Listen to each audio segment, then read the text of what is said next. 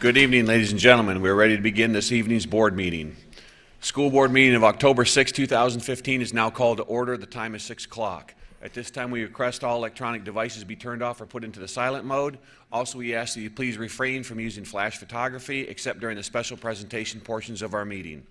We'd like to take this opportunity to remind the members of the public of the district's mission, which is to ensure that each student achieves his or her highest personal potential, and the district's vision is to be a world-class school system. This evening's agenda includes the invocation, the Pledge of Allegiance, one acknowledgement, public comment, consent items which include 3 items under resolutions, 2 items under executive services, 4 items under business and finance, 3 items under operations, 4 items under teaching and learning, 3 superintendent recommendations, one of which is good cause. Dr. Atkins, would you please provide an explanation for this item? Yes, Mr. Toiber and board members. The school district of Lee County is in dire need of bus operators. Right now we're experiencing late deliveries, the result of absenteeism and not having enough bus operators. This has been a challenge that we have faced for more than a year. Our transportation department has been diligent and used every effort it could to get more bus operators into the district, but I think it's time for drastic action, so I'm going to make this recommendation tonight. Thank you, Dr. Atkins. As the presiding officer, I find that there is good cause to add this item to the agenda. We also have one attorney's recommendation, which is also good cause. Mr. Martin, would you please provide an explanation? And because of its nature, would you please be a little bit more explanatory? Yes, sir. Thank you. Mr. Toiber, board members, the one good cause agenda item for this evening is approval of a revised employment contract with Superintendent Dr. Gregory K. Atkins. The school board discussed this matter at its briefing meeting this afternoon and gave direction to the school board attorney to bring forward an agenda item for this purpose. The proposed contract would have basically 4 revisions from the current contract. The first would be the term, which would be a 3-year contract from the present date, so it would be through October 6, 2018. The second is a increase in the base salary to $185,000. The third is the addition of a provision for a monthly travel allowance in the amount of $725. And finally, the provision with respect to the board's ability to terminate the contract without cause would require 30 days notice rather than the present 5 days notice. Thank you, Mr. Martin. As presiding officer, I find that there is good cause for this item to the agenda. And there will also be 4 items now under other business. Board members, is there a motion to approve the new adopt the agenda as read? Second. Moved by Ms. Fisher, seconded by Ms. Dozier. All those in favor signify by saying aye. Aye. Motion carries 4-0. At this point, Ms. La Riviera will lead in the invocation, after which Ms. Fisher will lead us in the Pledge of Allegiance. Please rise.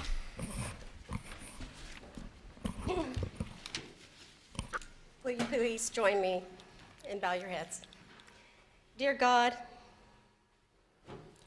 thank you that after the rains and the storms that we've had a day of brilliance. And that day of brilliance was further encouraged by walking through the halls, seeing the artwork, talking with our students as they shared their work and their love for art. Thank you for all that our educators are doing in the classrooms to help each of our students find their niche, find their way that they can express themselves. In many ways, Lord, for many of these students, this may be one of the pieces that causes them to want to stay in school, to have that hope. Father, I thank you for all of our staff members that you have put in place, for our teachers, our custodial and support staff. Father, I pray that you would put your blessings on them, that you would encourage them, provide them the strength they need for their tasks. Father, I ask that you would be with us tonight as we do your business.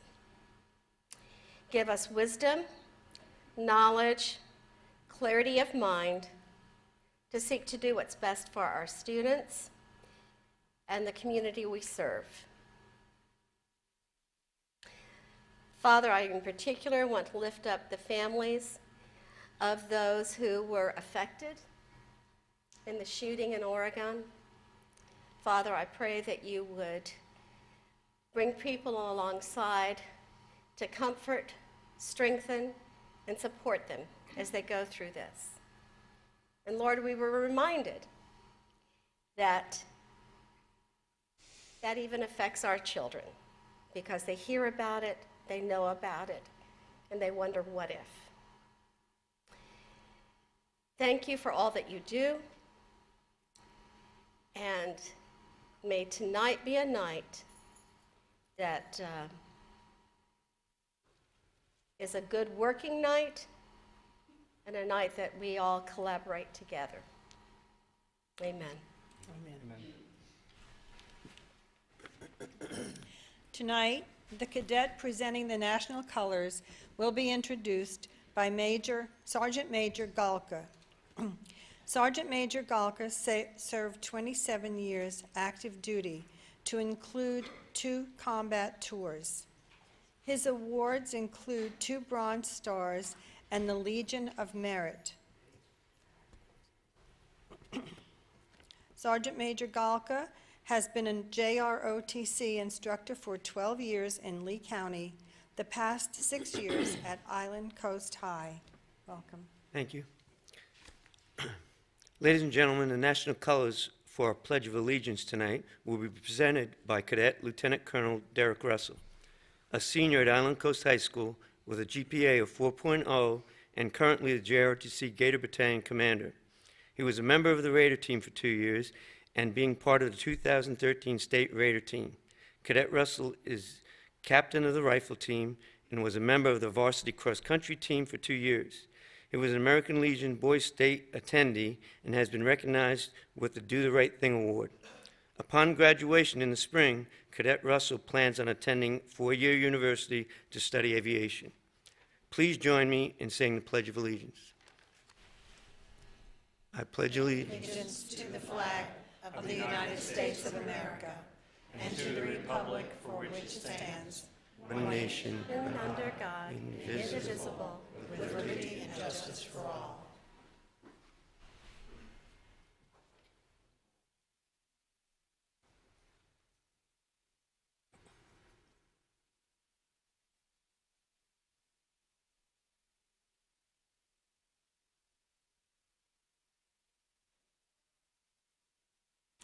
Thank you. You may be seated.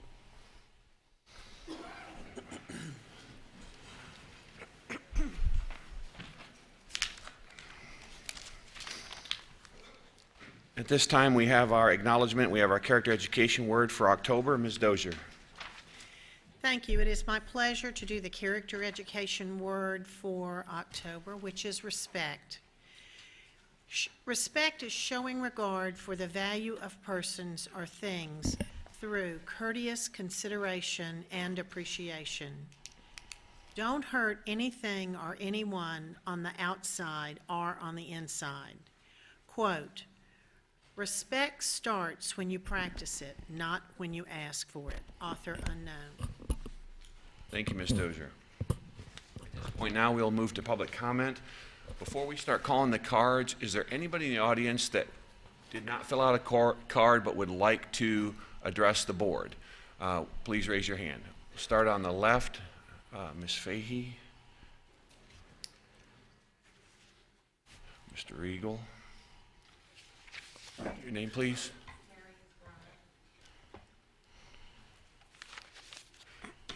Mr. Valenta. Miss Hall Fox. back in the back. In the back. Miss Hall. Randy Hall. Let's see. Anybody else? Okay, Mr. Martin, would you please call your first card? First card is Miss Jill Castellano.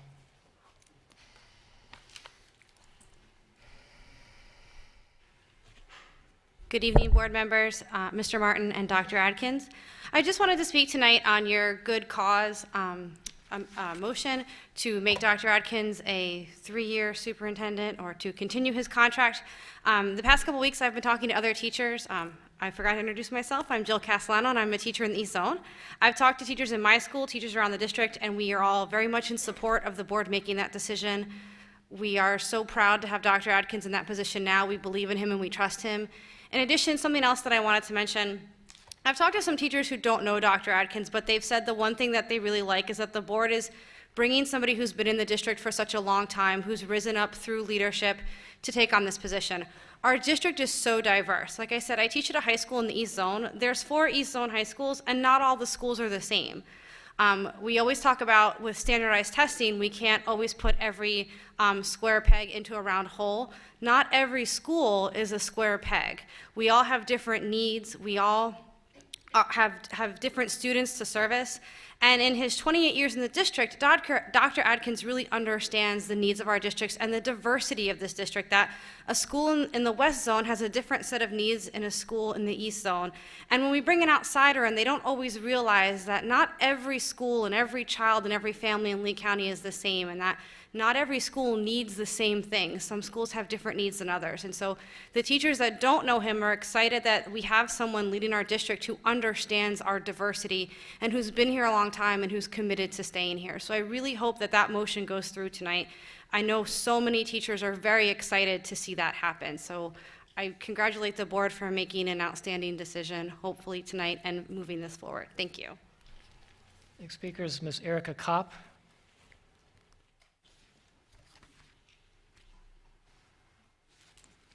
Hello, my name is Erica Kopp. On September 19th, 2015, I attended a trauma class at Lee Memorial Hospital. I asked the lady in charge, named Cindy, she is the resource manager for the trauma surgeons, if they offer any classes like that at any Lee County high schools.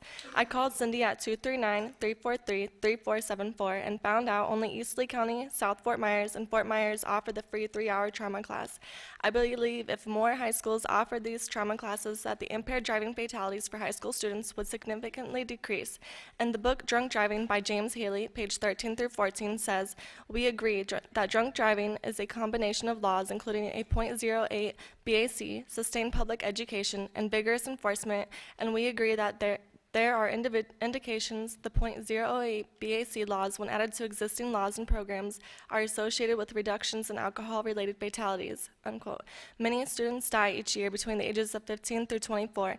Because of impaired driving, there are many places for students under the legal drinking age to purchase alcohol, and I believe if students got the chance to see the trauma class and watch videos of the repercussions of what happens after impaired driving, most students would think twice before they do. If opening a door to allow students to see these videos of the truth of such and can save their lives, then why not do it? I am asking you, Lee County School Board, that a trauma class be mandatory in all Lee County high schools. If students have the opportunity to see those videos of the repercussions of impaired driving or not wearing a seatbelt, then they would see the dangers of such and be aware of the consequences. If more high schools offered the trauma class, it would increase students' knowledge of serious accidents and decrease student fatalities. All it takes for a high school to get the opportunity for the trauma class is to call Cindy and ask for it, and they will set up a date and come to the high schools. Students should be able to watch these videos and take the trauma class upon graduation. The teenagers who have lost their lives due to impaired driving most likely never had the opportunity to take a trauma class. Although if they did, they'd probably still be sitting next to their loved ones right now.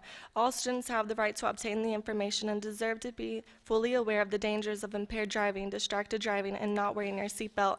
Imagine all of the lives that would be saved because the students have taken the trauma class. Students would see the repercussions and be aware of the dangers and see their future clearer because they would be aware of the situations.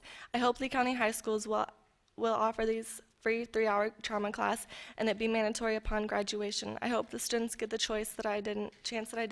I hope you all hear my message and that a trauma class be mandatory in all high schools in Lee County. Thank you. Sincerely, Erica Kopp. Next speaker is Ms. Kathleen Doan.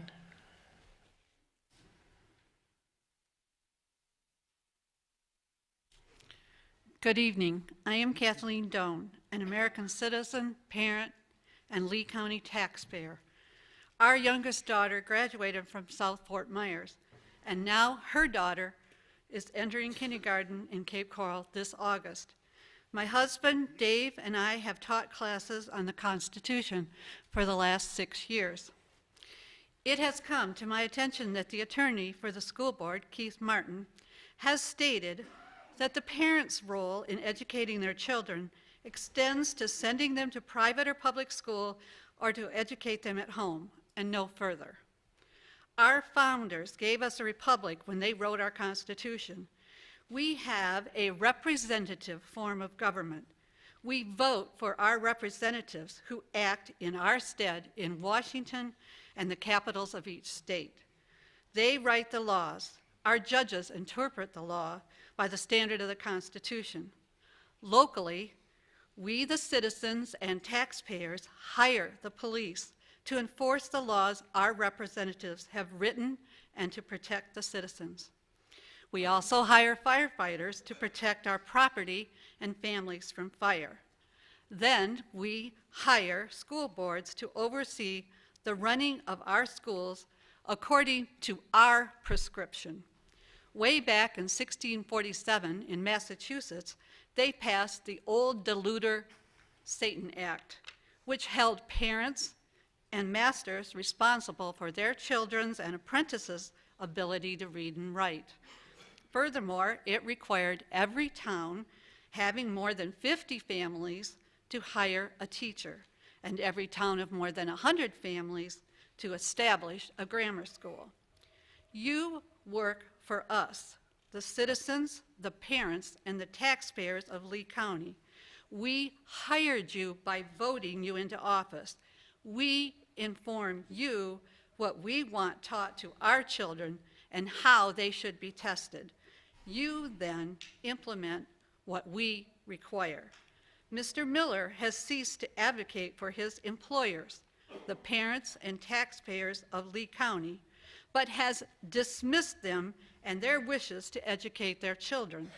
My wish as a parent, citizen, and taxpayer is that Mr. Miller be dismissed from his position to intercede on behalf of our children immediately. Thank you. Next speaker is Ms. Susie Stedman.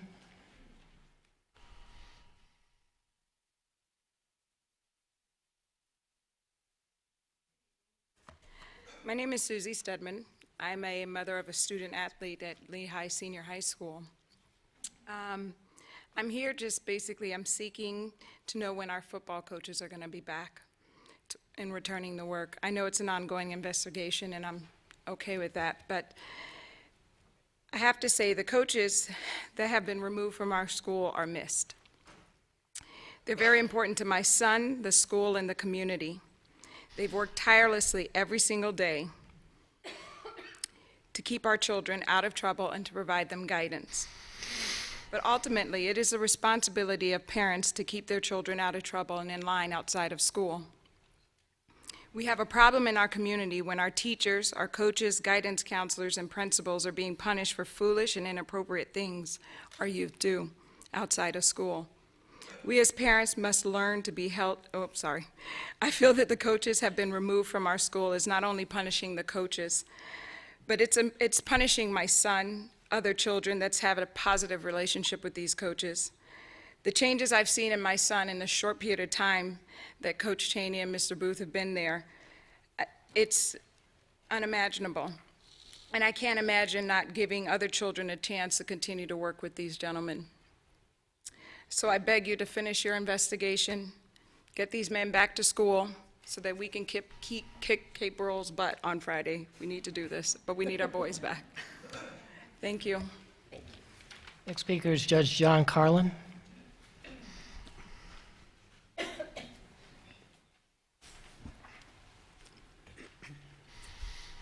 Good evening, Dr. Adkins, member of the school board. My name is John Carlin. We have two children who are students in the Lee County Public Schools who are receiving a world-class education. I'm here tonight to ask the board to approve a 3-year contract for Dr. Adkins. Dr. Adkins has served with distinction in our district for 28 years. He is very well respected at all levels of our district. He's also very well respected as a community member in our district based upon what he's done in the community as well as the school district. I want to thank Dr. Adkins for his willingness to serve in this position. I'd also like to thank the school board members for each of you taking the time to speak to me this weekend during your personal time about this very important topic for our school system. And I look forward to Dr. Atkins leading us for many years ahead. Thank you very much. Next speaker is Ms. Tina Pegler.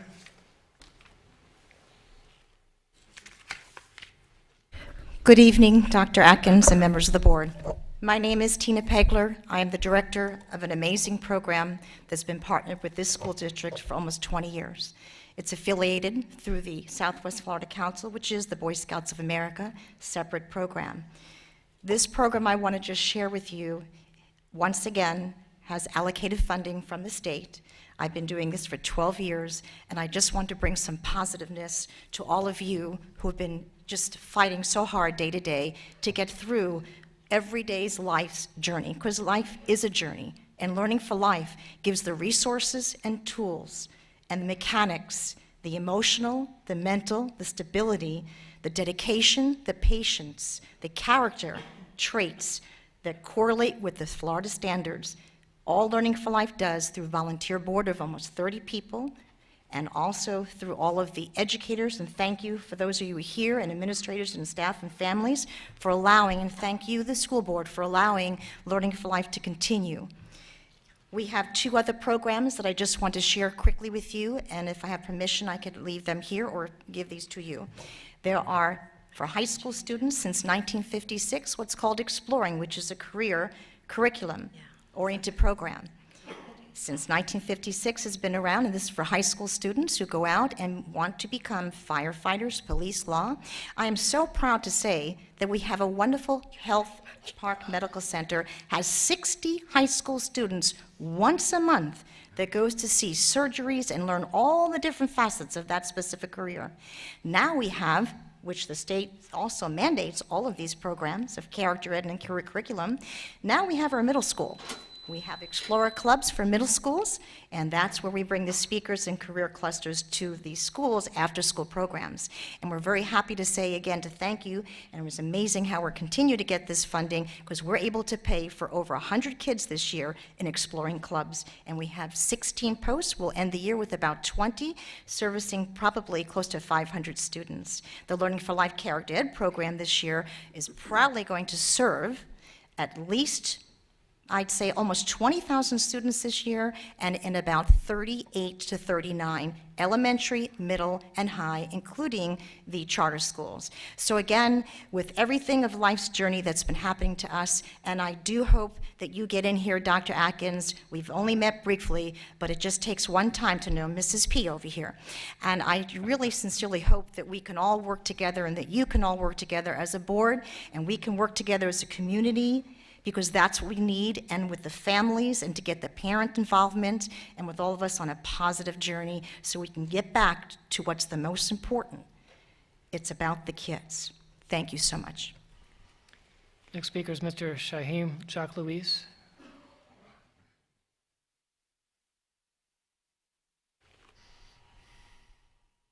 Hey everyone, I don't have much to say. I just came to speak about my coach. I'm a student athlete at Lehigh Senior, and keyword student athlete, that's what my coach taught me. And whenever he gets back, I really think that, I speak for my whole football team when I say this, he's a father figure to all of us, and he taught us a lot of things. And whatever we got to do, we want to do it, we need our coaches back, as soon as possible. That's all I got to say. Next speaker is Mr. Raheem Jacques-Louis.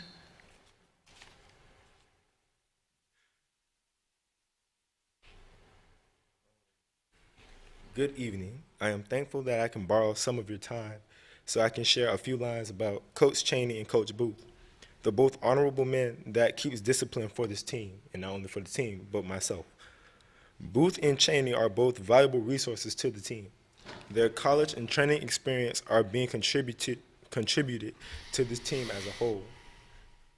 They will both always be good role models to the team and me. The past weeks he's been gone was crazy, and things were kind of getting out of hand. I'll assure you one thing though, if he was able to come back, he'll come back and get all the mistakes, confusion, and any other obstacles we've been facing out of the way. Hopefully, I wish you can give him the chance to coach our talented team so we can go and finish our goals. Thank you very much. Next speaker is Ms. Tara Jenner.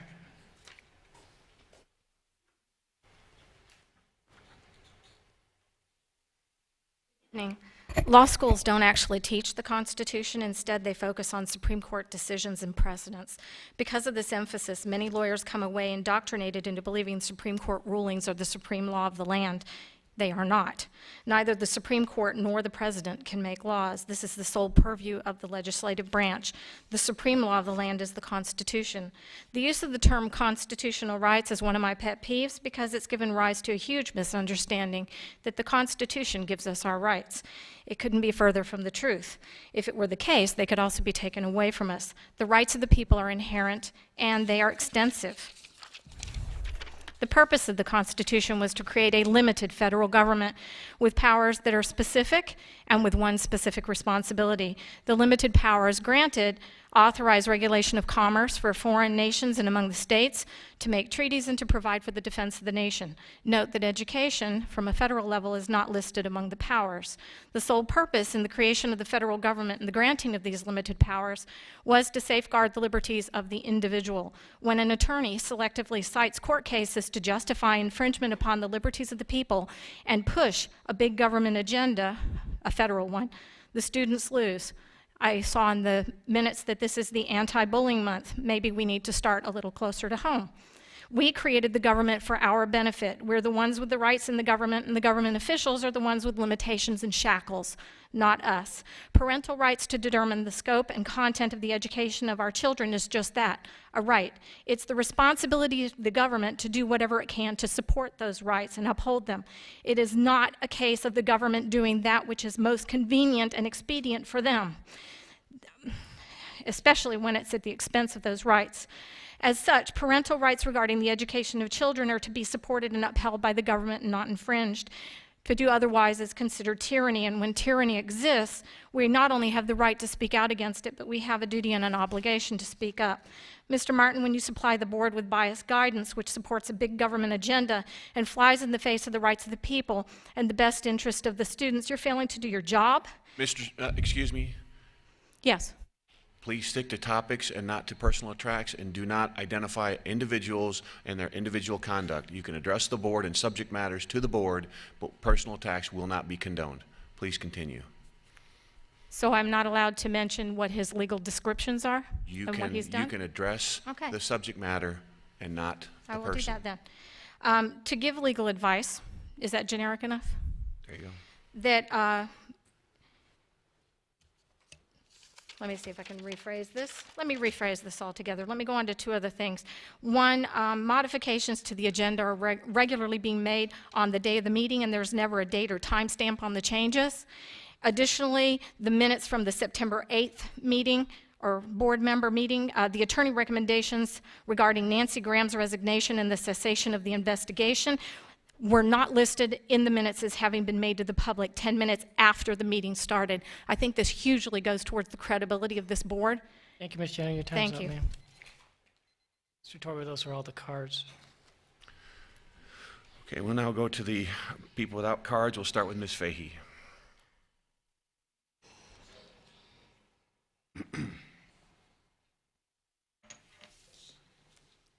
Good evening, board members. I'm Lori Fahey, and if I weren't so upset, I would be speechless. I agree these revisions continue to be added to the agenda week after week at the last minute where the public is not apprised. I've been sitting here thinking that I must have missed a meeting. Because I know we have transparency in this district, and nothing has led me to believe that we should extend a 3-week contract for the superintendent to 3 years without a little more conversation. The issue on the 14th Amendment that has been referred to a couple times has caused a lot of issues in the schools. And I have spoken personally with Dr. Adkins about it twice. I've written to all of the board members. It's causing a division between the parents and the schools. We're having parents being told that they don't have any right except to go to a private school. That's not okay. These are public schools.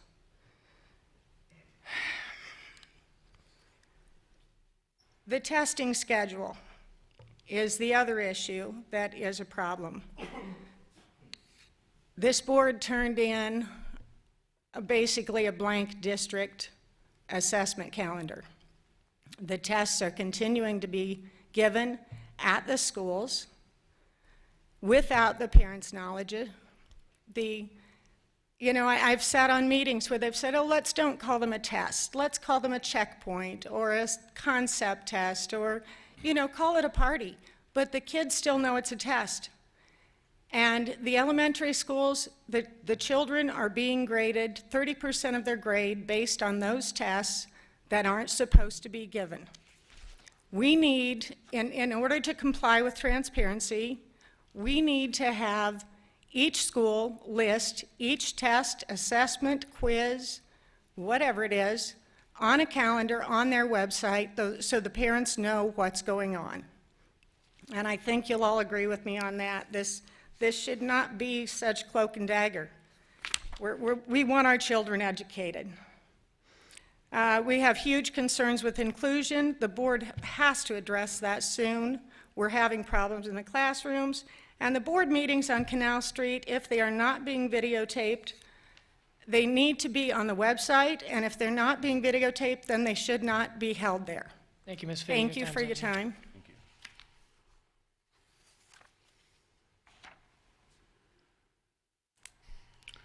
Mr. Regal.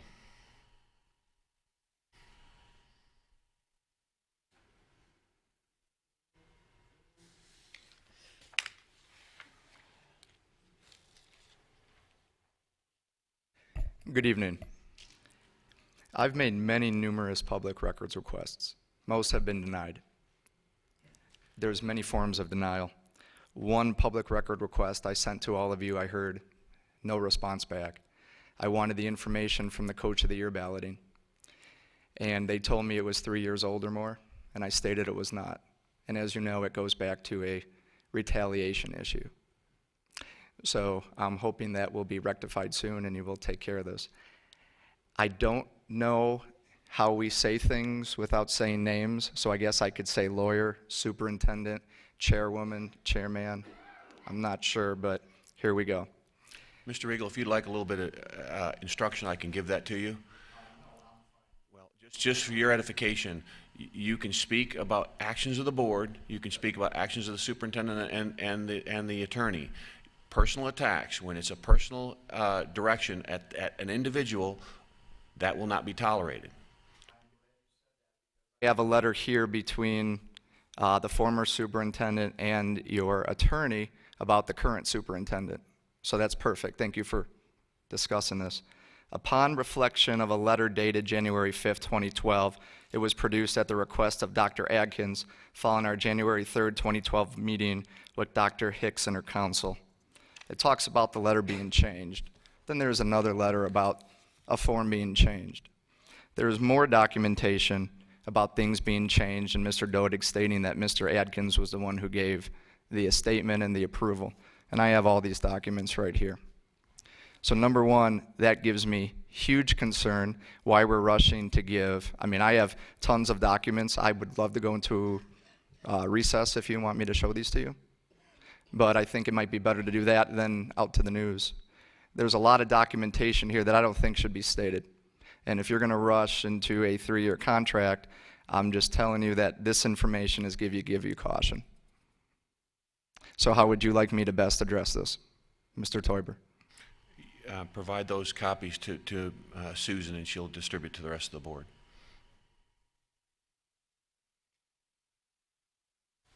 Thank you. Mary?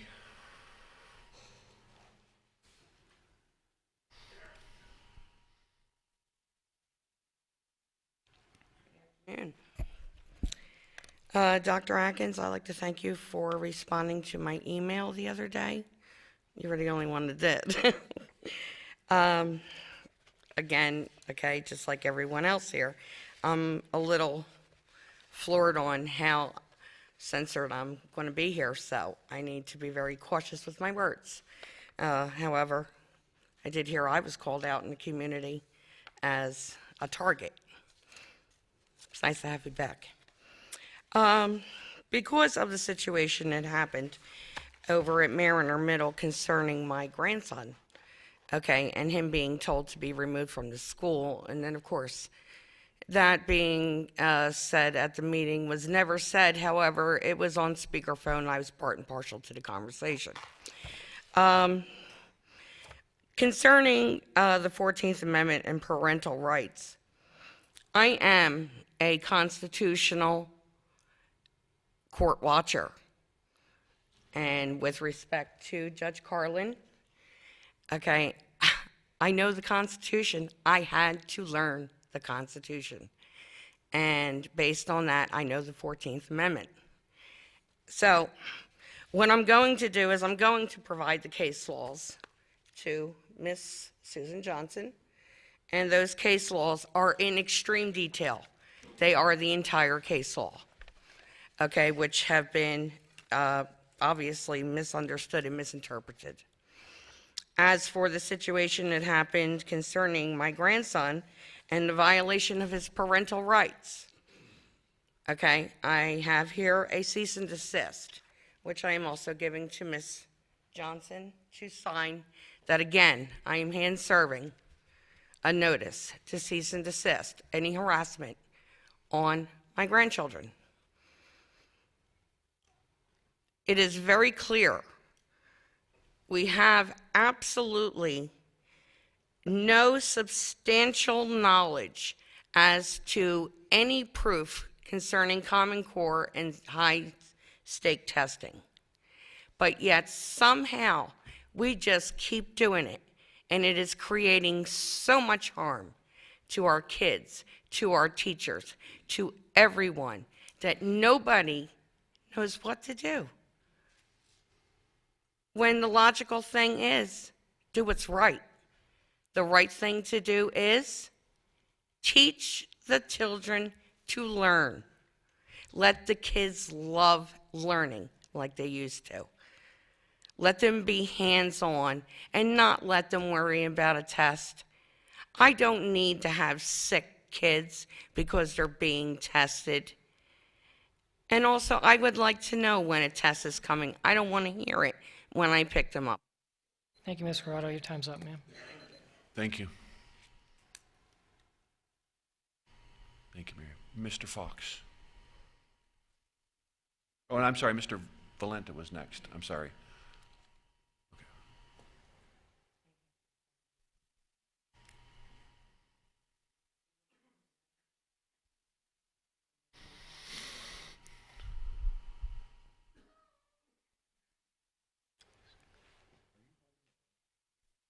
I'm sorry.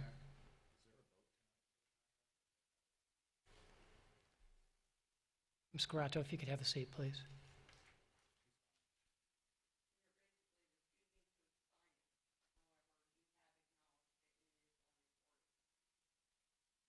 Thank you, ma'am.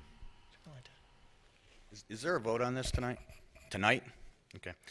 Holding a vote tonight on a contract for superintendent is wholly inappropriate. As of noon today, it wasn't on the agenda, so the public is not invited to the party. Yet the Castellanos and Judge Carlin were clearly giving advice on the subject over the weekend. You give the public no confidence in this board. 2 weeks ago, I met with Dr. Atkins here at the rail, congratulated you, shook your hand, said we have high expectations. I told you that we would be on you like glue. You said I expect nothing less.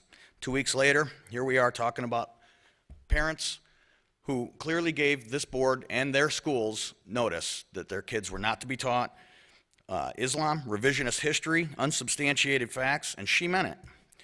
We've sat here and said that we dispute and rebuke textbooks that are being used that don't even have bibliographies, but instead contain extreme errors of truth. Pamela Riviere said that that's not true, that the books aren't being used. So why would we, well, first of all, we don't believe that. And secondly, why would we pay all that money for books that are not being used? When Mr. Martin, despite the Supreme Court's opinion to the contrary, stated that parents have no such rights, but only that right to choose public or private school, that was a mistruth. Now we find ourselves at a crossroads. We have a principal of a school stating that the school cannot teach the child under the direction of that letter because they cannot separate the cancer from the patient. The family has been told they will have to remove the children from public school and put them in private school. This violates the parents' rights as opined by SCOTUS, is a complete and total violation of the Florida Constitution, which guarantees a free and public education to all children, and it violates Florida Statute 1003.42, which states, among many things, that American history shall be viewed as factual, not as constructed. This district is breaking the statute, the Florida Constitution, the U.S. Constitution, and going against several SCOTUS opinions, and then kicking children out of school for calling them on it. You have just kicked the hornet's nest. Why is it that Jesus and God the Father are banned from schools, but Muhammad is mandated? So let it be written, so let it be done. Jesus said, if you deny me before men, I will deny you before my Father. I have heard every one of you speak about your faith in Jesus Christ, and yet you don't seem to be able to live the Scripture to save your life, let alone your soul. I put it to you, Dr. Adkins, this evening under member comments to fire this principal effective immediately. To do otherwise is to tell this community that you are no different than Nancy Graham and that you agree with all of the nonsense of others as I've stated here tonight. The ball is in your court and your actions will be seen either way. The question is, will you be a man of character and conviction or a part of the problem? Remember, respect starts when you practice it, not when you ask for it. Mr. Fox.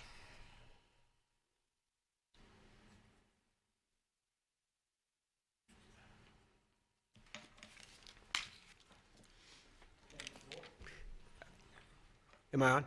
Okay, thank you, Board. Mr. Toiber, I take exception with your comments that we don't address individual board members, because I was addressed this afternoon by Mrs. Dozier directly from her seat when I was sitting in the audience. So it's a two-way street. So if she wants to take the criticism, and that's fine, okay? But I have every right, Mrs. Dozier, stand up here and criticize this board. You said to me that just because I have the microphone that I don't have the right to stand up here and say what I feel. I absolutely certainly do, and I am your boss, whether you like it or not. That being said, you brought up mortgages, my mortgage specifically, as opposed to the debt of this district. Well, let's talk about that. First of all, yes, I did take a mortgage when I bought my house, paid it off in 6 years. Came through the economic downturn, flying colors. And that's the reason I can come to the workshops and to the briefings and be interested in the school district, because I have taken care to eliminate my debt. And I have a very, very high credit rating, and this district under your leadership has a very, very poor credit rating. There. So the reason I come down here is because this district has a big problem with debt. Debt is bad, okay? Yeah, you borrow money to buy a house. It's an essential. You borrow money to build a school. You do not understand the difference between a COPS and a construction bond. When you use a COPS, you're taking the money away from the kids, right? You're using a credit card to build a school, and that is not how, it's not a mortgage. Trying to get you to understand this, okay? Dr. Atkins has brought initiative to this school district, and I gave him high marks for that. That's the number one thing, and I do support his 3-year thing tonight. Although it would be better if there was 2 weeks for public comment. They are right about that. It's initiative. He's doing the tough stuff. I love this, what he's saying about he's spending money because we've got to have bus drivers. People, the public wants to get rid of buses. Well, you can't do that. You got to have buses. All right? He's willing to do the hard work to get this district where it needs to be. And I'm addressing you, Mrs. Dozier. It takes hard work to get out there and sell the sales tax initiative, something that I do not feel that you are willing to do, and I question whether you should be on this board because you're not willing. Fox, yes, sir. You're pushing your line. Please rephrase. Yes, sir. Proceed. That's 3 minutes, okay. All right, I apologize for pushing the line, I don't want to do that. Okay, but, board, we need to get this sales tax initiative on there, out there, and work for it. Mr. Atkins is willing to work for this district hard. That's what this board needs to do, work hard. Believe it, you were for it, and then you were against it. Inexplicably, you became against it. And that's just... Thank you, Mr. Fox. Your time's up, sir. Mr. Fox. Next is the approval of the action items under the agenda under consent. Board members, are there... I think we had one more. I believe Ms. Hall. That's right, Amy. Oh, I'm sorry. I didn't see you. I didn't see you when we called on you, and I missed you now. Sorry, Ms. Hall. Hello. Thank you for allowing me to address the board. As always, I want to start with something positive. My kids attend wonderful schools in Lee County. I am so blessed for that. But I stand here tonight a very, very concerned parent. I have emailed all of you. I have emailed Dr. Adkins. I'm very concerned with the email that was sent out to principals on September 24th at 9:28 a.m. I have strong concerns, and I am going to ask the board to wait the 2 weeks and allow public comments before you make this decision tonight, because I would like to email that email out to everybody in my contact list, because I'm going to tell you I was outraged when I read it. When I read the line that talks about parents should not be able to see district tests, that email states we should not get to see them. I think that you guys need to decide to partner with us to educate our children and not against us. By depriving me of seeing my fourth grader's assessment that is 30% of his grade in core subjects, you are taking away my involvement in my son's education, and I am livid. And let me tell you something else. A lot of other people feel this way, and had we had known you were going to vote on this tonight, I could have filled every seat in this boardroom, because my phone is lit up with complaints about the district assessment that all of you voted for unanimously at the board meeting, and we have a problem. We have lots of problems here. I don't know what the right thing to do is with the superintendent, but we have to fix the testing calendar that you guys approved. You guys are giving control to the schools push us to the district pushes us back to the schools, and it's a game. And we did this all last year, and we told you guys the system is broken and you're not listening to us. We have kindergartners failing kindergarten. Seriously, when they were tested going in, they tested kindergarten ready, and they're failing. There is a problem with these tests. I'm sorry, I'm so passionate about this, I can't even stand it. Also, the part in the email about the 14th Amendment, that violates my rights as a parent. That was sent to every principal. That is not cool, board members. That is not cool. We have to have change on these assessments. I really wish you guys would recall that vote that you did. It's terrible. What is happening in our schools is not okay for the teachers, for the principals. The testing is out of control. Please go and visit schools. Look at what kindergartners are doing. Look at what third, fourth, fifth graders are doing. It is too much for our children. Thank you. Thank you, Ms. Hall. I want to thank Ms. Erica Tops for coming in and talking about this trauma program. It seems like it's 3 high schools are offering this class, but it seems something that's worth looking into. And with the board's consensus, I'd like to direct Dr. Atkins to look a little bit more into that and see what opportunities we could afford to bring that to all of our high schools. I think it's an awareness thing, that it is a very prevalent thing in today's society with our children, both for texting and while they're driving, and also drinking and drugs issues. The other thing is, I applaud, most of the boys left, but I applaud. It takes a lot of character for the coaches, for the boys to come up and speak for their coaches, the difference that they made. I want to thank them for their opportunity to come down here. Regarding the changes for our agenda, today's changes, I take responsibility. The bus changes, Dr. Atkins actually had briefed us by mail several days ago. And the reason why that changes here is we are in a crisis for getting kids to schools. We just can't seem to get enough buses, on the road, because the bottom line is we just don't, we're competing against all the CDL competitors in town, and they pay better than we do because they're 12 month and their benefits are better. And so people just, they're going where the money is. And so if we don't do some things to aggressively get the people to fill those spots, we can't get the kids to school. So, I applaud Dr. Atkins for taking the emergency motion. I apologize for the agenda change. Then the second one, I also take responsibility for, and the reason behind the rush is Dr. Atkins is our superintendent. He was when we voted him in 4 weeks ago. There is no interim, there is no short term. That by statute, for the people that had the objections with the Constitution and statute, read the statute. He's our superintendent.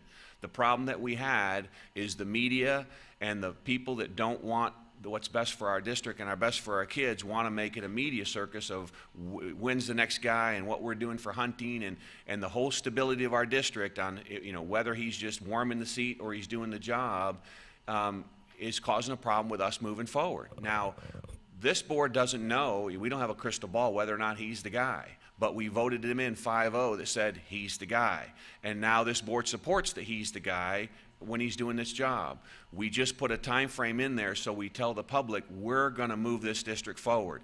Now, he's going to get reviews like everybody else if this passes. So the reason for the urgency is, you want things fixed. We need someone in there that can make the tough decisions to make the fixes. So if you don't like it, again, my apologies, but that's the reason. I will have to say, though, that the changes that we do, I think, Dr. Atkins, we can actually write the dates and times of the agenda changes. That's something we've never done before, but if that's important, I don't see if that's something we could do. If you could look into that, please. Will do. Then the last thing is, and I'm going to move to Dr. Atkins to address it, the testing issue. I know it's a big issue that you've been dealing with ever since you stepped into that chair, and I know you're working it, and I know you had numerous discussions with every board member, because I know you've spoke to me ad nauseum at it, and also the letter that I think that they're upset with. So I'd like the opportunity for you to explain what you wrote, why you wrote it, and what you're doing with the testing schedule. Okay. Thank you, Mr. Teuber. Yes, it is correct. September 22nd, the board passed really a substantially reduced 2015-2016 state assessment schedule. The very next day, we started getting inundated really with questions from principals and teachers about, well, what's next? Because that looks significantly different than the testing schedule that was put out previously. And so what I did was convene the cabinet and really went to work on that email that you have that really provides kind of a Q&A in terms of it's meant to be speaking points for principals when you're having conversations with parents, with teachers, as you move forward and work collaboratively with your school community in terms of what you're going to do to assess your students. So the document is not meant to be a standalone document. And the reason why we backed it up with a WebEx was because we wanted to talk through the document with principals to make sure we had a clear understanding. If I meant it to be a standalone document, it would have come out as a memo. So we had a WebEx where they could literally call in, ask questions and so forth, and we followed it up with another Q&A. Now, having said all that, I know exactly the statement that they are referencing, and I want to address that right now. I think that really as a community, the statement by itself does not go far enough to explain our intent. As a community, I believe that collectively we should be able to determine what's in our children's best interest. That's we as a community. We expect and desire the involvement of parents and the community to discuss what ultimately we are educating our kids and as we prepare them to enter the workforce or as a community as productive adults. I think folks took the intent of that particular statement, as that we were excluding parents, did not want parent involvement, and I couldn't disagree with that more. You know, when I was a principal, what made my school successful was not me, but the teachers and the parents. I had more involvement in parents in that school than most schools, and that's what I'd like to see for the district. So we as a community have to come together and discuss, what do we want to educate our children? What do we want to be the curriculum to be? What do we want to be the assessment to be? So, you know, the email was interpreted as, we're going to tell you what it's going to do, and I regret that, because that was not the intent. The problem gets to the point where we decide as a community what the curriculum is going to be, and then we trust our teachers to design the learning experiences for those students. And that's where that came in, was where we want to create the flow of instruction and curriculum and assessment for the teachers. We turn it over to them. Now, having said all that, I want folks to understand Lee County should be and can be a leader in what I think is a remarkable change that's going to happen to this state and possibly this nation.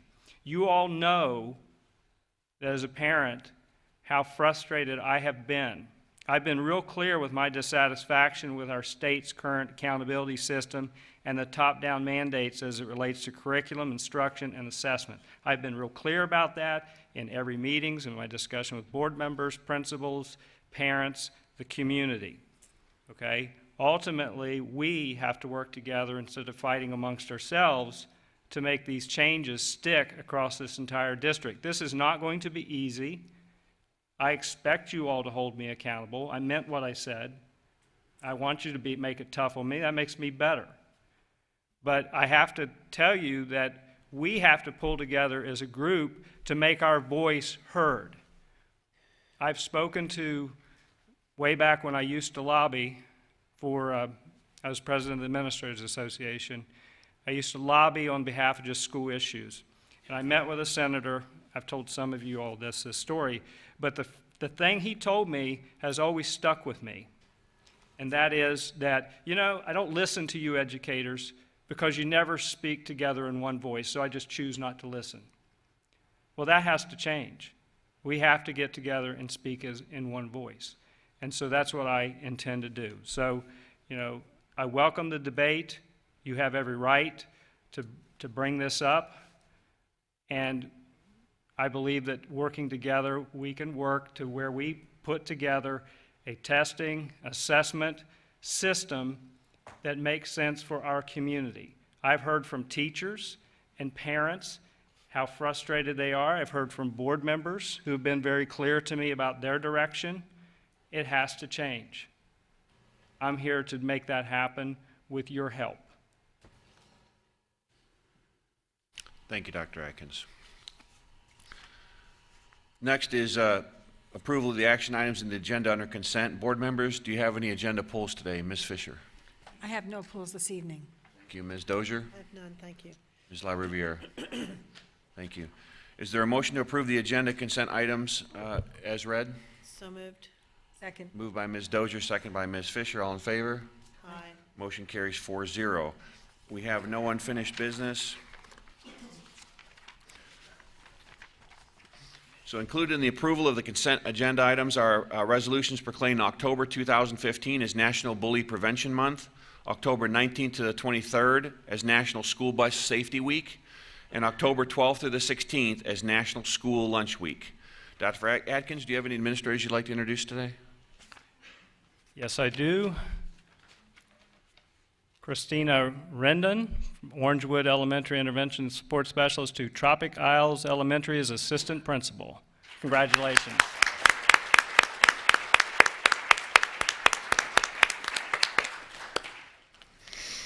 Very good. Thank you, Dr. Atkins. Now moving to Superintendent's recommendations. Good cause. Dr. Atkins, your first recommendation.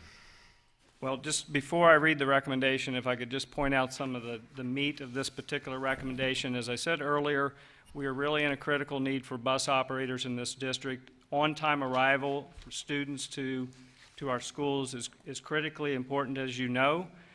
We have about 754 routes in this particular school district. We do have enough drivers to cover those routes, but when you have large absenteeism, which tends to run 10 or 12% nationally with bus operators, you have to have a pretty sizable substitute force.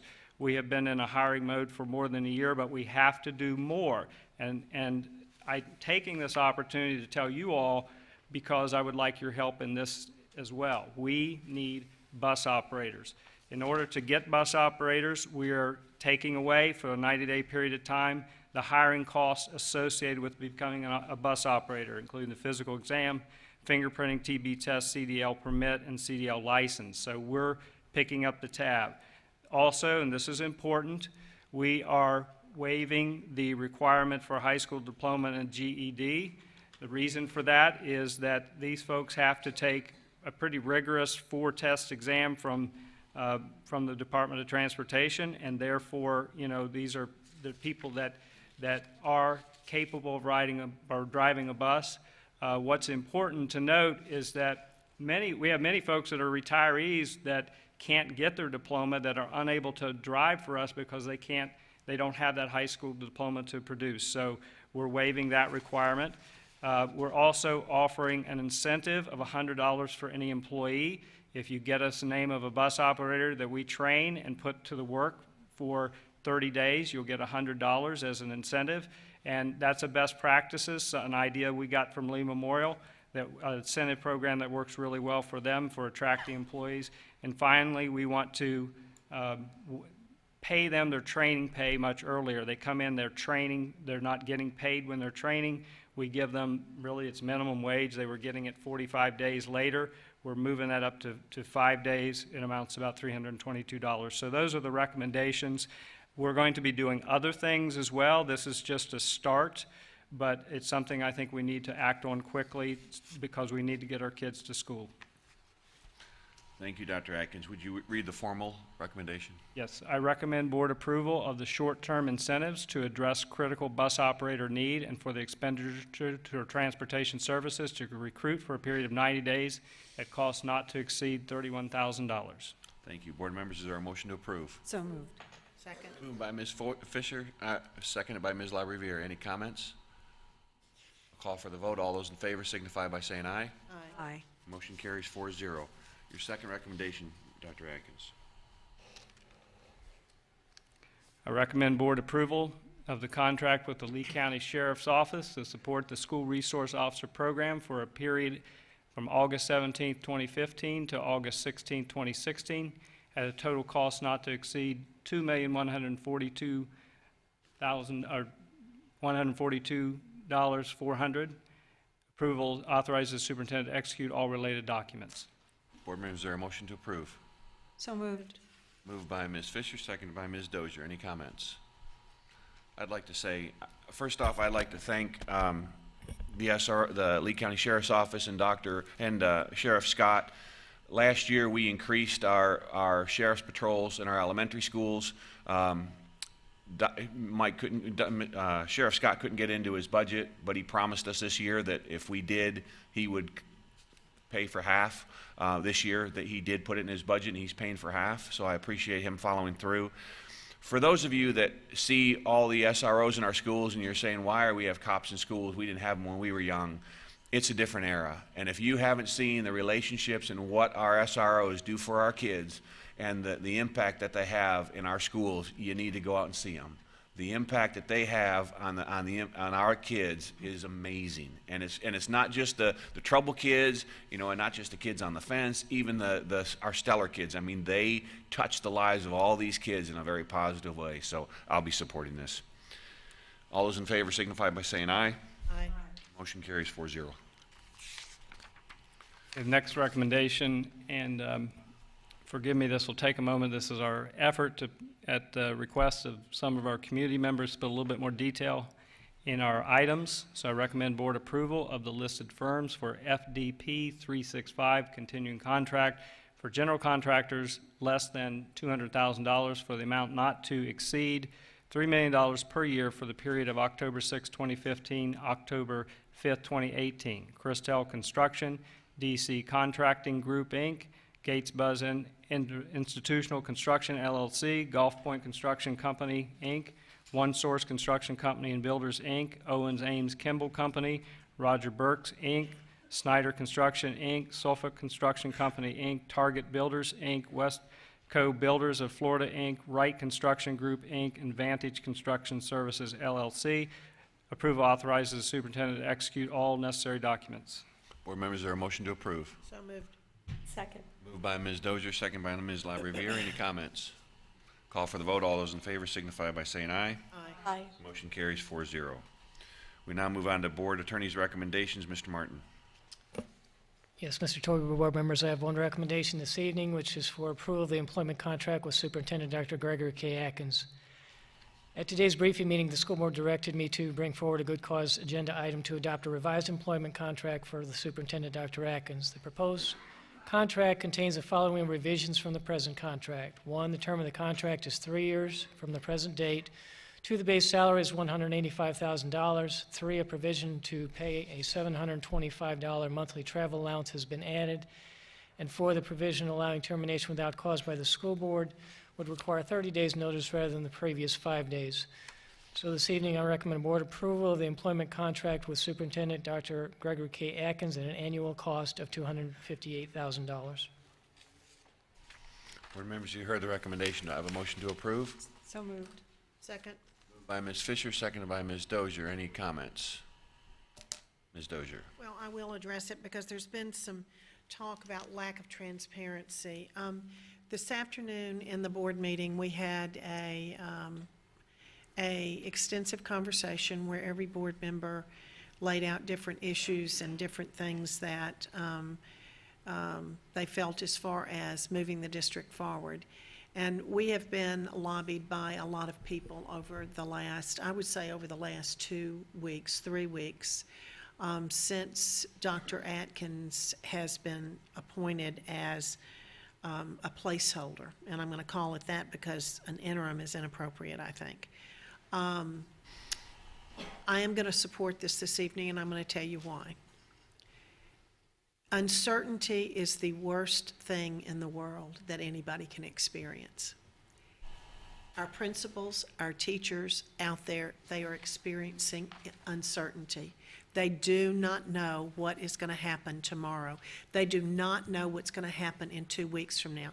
You know, I had a teacher, I don't know if all of you have had the opportunity to go out in the hallway and look at all the beautiful pieces of art from Designs and Dreams, but I would encourage you to go out there and look at that. It will give you a warm and fuzzy feeling, hopefully. But one of the teachers said, you know, the uncertainty is what is filtering down all the way into the schools. I've heard this so much that I knew that it was necessary that we have to bring some stability. And as long as we continue to have articles in the paper, as long as there continues to be news reports, there's not going to be any stability. Now, if he's not the right man for the job, I'm sitting here and I'm telling every one of you right now, I won't have a problem to get rid of him. I've done it before. But right now, being in this seat and knowing what is in the best interest of every child that we serve, I think is for us to bring some stability so that the teachers can have a comfort level, the principals can have a comfort level, and your children can have a comfort level, because that will radiate from the leaders into the children. So I am going to be supporting this evening, and I will say something that I said this afternoon. And Dr. Atkins told me this was going into the 4th week, I think. As far as, you know, I have a way of dealing with issues, and I get an issue from a parent. I then talk to the superintendent about it, and then I have to back off as a board member because it's not our responsibility to get down into everything. Every single issue that I have sent to the superintendent, he handled within 48 hours. I have not had that much confidence in a leader in, I think I said something like 5 years. because it just hadn't happened. Instead, things have been put on the shelf, they've sat there, they've stagnated. And you know, one of the things that I told all of our people with the Common Core and all of our people that are out here that come to our meetings, I appreciate the fact that you come to our meetings every week. You know, I said, we need to form a team with these people. These people are the people that we need to work with. I think that Dr. Atkins is attempting to reach out, and I think that he will continue to do that. I don't see that he is going to do anything other than lead the way he has been leading in the last few weeks. So I think to bring stability, I think this is a good decision. Every board member had the right to weigh in this afternoon. We have had, you know, the fact that it was brought up last week, the fact that while I was out of town, it was in the paper, I understand. Didn't you write an editorial? So you let the public know that basically you were going to bring it tonight. And also, I understand that Ms. Morgan wrote wrote an editorial. So, you know, just by the fact that it's been out there, I think the majority, that's why we've been getting all these emails, because the public knows that something was going to happen tonight. That's why we've got, I think, 3 or 4 media trucks out here, because they knew something was going to happen tonight. So I feel like it's a good decision, it's the right decision, and I will be supporting it. Thank you. Anything else, board members? Ms. Rivera? Yeah, I'll just weigh in. Please don't believe that we were just hearing from a very few people. The emails that I've received, the phone calls that I've received have been innumerable, along with those people that I've met with out publicly in other venues. So they have been in support of Dr. Atkins and are retaining him. So for that reason, I am going to be supporting it. And it does not, we at any time can make that decision to say, sorry, Dr. Atkins, at this time I believe it may be necessary for you to do something different. But our schools need it, our principals need it. The people were breathing a sigh of relief knowing that Dr. Atkins was going to be there. So I am in support of Dr. Atkins as our superintendent. Thank you. And I'll just weigh in before, Ms. Fisher? Yes. Go ahead. We know we need stability. We've been hearing that for a long time. And in addition to the community contacts that we have received, I said this afternoon, but for those who did not hear it, I have spent countless hours doing research. I gave myself a project and I looked for all of the applicants over the last 18 months for Florida superintendencies. And I came up with a list. And then I went and researched all of those people. Many of them are repeat. Some of them are retirees and some of them are leaving positions for other reasons that may not benefit us. I've been in this district a long time. We have done national searches, and we have hired superintendents from outside of the area, people who did not live in the community, people who did not understand our diverse county, the size of it and the differences from one side of the county to the other, people who didn't have a vested interest in the community. With Dr. Atkins, we have that. He's got the experience, he's got the knowledge, he's really smart, even smarter than me. And I just think that for the sake of stability and for the sake of doing what's right for the kids, which include grandchildren of mine and now a great-grandchild who just started pre-K, I want this district to be the best it can be. And we need to look forward and move forward. There is work to be done. It has already started the last 3 weeks. And so coupled with the input from the community and the research that I did, I will support this evening. Thank you. Fisher. Mr. Torber?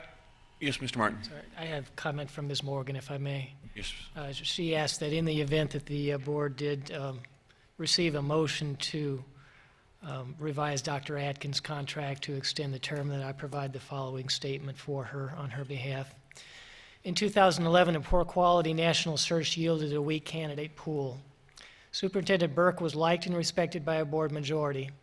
His evaluations were based solely on the district's superintendent assessment instrument. There was no search in 2013 when a board majority chose to select the next superintendent from the 2011 candidate pool. Superintendent Graham was liked and respected by board majority at the time of her hire. Again, there were no board expressed expectations for the superintendent. Graham's expectations were self-created at the direction of the board. Her performance evaluation was based on those expectations and the district assessment instrument. Lack of individual board member support for these superintendents undermined their superintendencies. The results of the two most recent board superintendent selection processes yielded 2 superintendents who lasted 5 years. I think we need to reflect on our past exercises in superintendent selection and consider our fiduciary responsibility to select a high-quality superintendent who can lead a world-class school system. We agreed in our workshop on September 15 to replace Dr. Graham immediately, install Dr. Atkins as a short-term replacement, and select an interim through June 2016 while we conducted a national search. In our discussion, we acknowledged the importance of public confidence in our process and the need for public participation in the search for a long-term superintendent. When the board changed direction in its meeting on the 23rd, I became very concerned that some members were engaging in the same bait-and-switch tactic that led to Graham's contract. Since I attribute the failure of the last superintendency to the absence of common goals and expectations of and for the governance team, the rush to make decisions about the superintendent for 2015-16 without a workshop is of great concern to me. My concern is not about Dr. Atkins, but about how we conduct board business and whether that conduct inspires public confidence in our leadership. We are widely regarded by the public as making hasty, poorly informed decisions, often based on anecdotal evidence put forth by various interest groups. We were harshly criticized by Advanced Ed in the 2014 District Accreditation Review for our lack of good governance practices we have attempted to codify but do not consistently practice.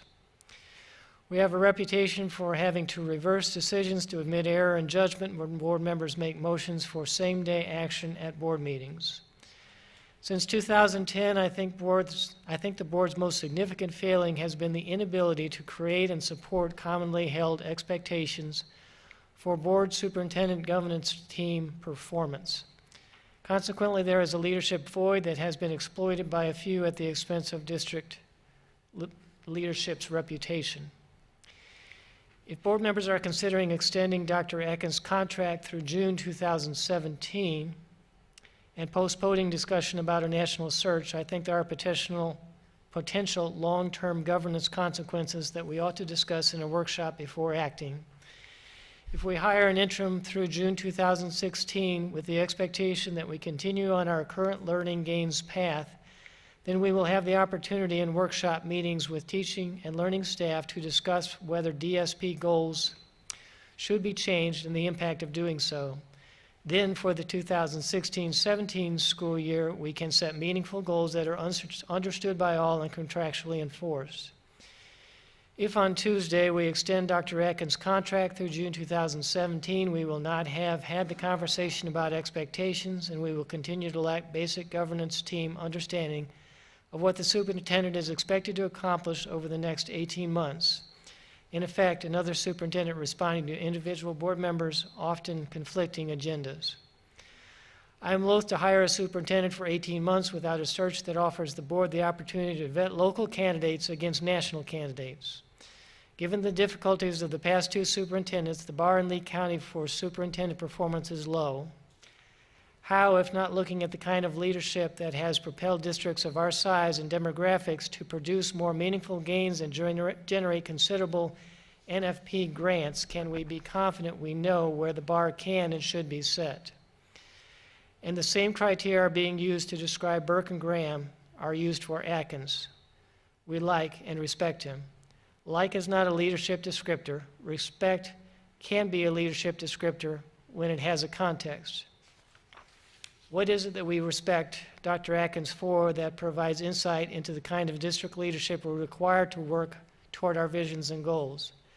Has he facilitated improvement, and if so, what kind, continuous or transformative? How can we assess the impact of his leadership as assistant superintendent without looking at accomplishments in his peer group? Finally, I remain concerned about conducting a quality superintendent search with an internal candidate who has been in place for 9 months, June 2016, much less 21 months, June 2017. I firmly believe internal candidates contaminate the candidate pool. My preference continues to be for a retired superintendent through June 2016, someone who will follow the course. By June, we will have a good idea about the efficacy of the DSP and perhaps a clearer picture of the kind of leadership we need for the next 5 to 10 years. Meanwhile, we can do the work that positions us to appoint a superintendent to whom we may clearly articulate quantifiable goals for student achievement, for example, student learning gains and proficiency, and DA school improvement and operational efficiency improvements. Frankly, if we appoint a long-term interim and postpone a national search, we will likely undermine other needed district initiatives for which we require public support. For good reason, the Lee County School District is not liked or respected by many of its constituents, and our failure to involve the public in the most important decision we make will have consequences. That's all. Thank you, Mr. Martin. Wow. Well, I wasn't here from 2010 to 2016, so I can't say so much about the hiring, but I do know in 2002 we hired the longest tenured superintendent. They served for 8 years, and for 8 consecutive years, year after year, despite what happened to the economy, what happened to the district, we improved year after year, and we became an A district for the first time in Lee County history. And I'm not saying that that superintendent was perfect or that he made all the right decisions, but we always focused on children. He cared about the district. He cared about the people in the district, the families, and the students. I believe that we have a superintendent now that qualifies. In 2010, when I left, he was my first choice as a replacement for Dr. Browder was Dr. Atkins. That's never wavered for me. I was surprised he was still here because he could easily went to a district much smaller than here and been very successful, as did Dr. Connie Jones. I think Dr. Atkins has the capabilities of being one of the top 5 candidates in any national search, and we have him here, and he's ready to go. So I think it's prudent for us to do what we're doing today. I ask the community, when this vote goes through, that you support this district, you support Dr. Atkins, and we get back to educating kids, that we start doing what we need to do and focus more on our children and less about the politics of the board and the politics of what's going on in our district, and start focusing on what we need to do to give our teachers the resources and the ability to do what they need to do. So at this point, I'll take a vote. All those in favor signify by saying aye. Aye. Motion carries 4-0.